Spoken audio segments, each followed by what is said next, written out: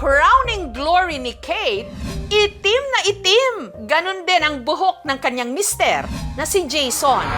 Kaya laking pagtataka nila nung isinilang ang panganay nilang anak na si JK. Ang buhok kasi nito, hindi itim, hindi rin brown, kundi kulay pula. Nakapagtataka po talaga. Baka raw kinulayan ko raw yung buhok niya. Ang batang pulang-pula ang buhok, gayong Pinoy naman ang kanyang mga magulang. Born and raised dito sa Bacolod, sa Lanao del Norte, sa Mindanao. 2 taong gulang na ngayon si JK na ang hibla ng pulang buhok para raw kawad na kulay tanso. Kapag nasa silong kami, kakulay niya ang brown copper wire. Pero kapag naarawan, pulang-pula ito.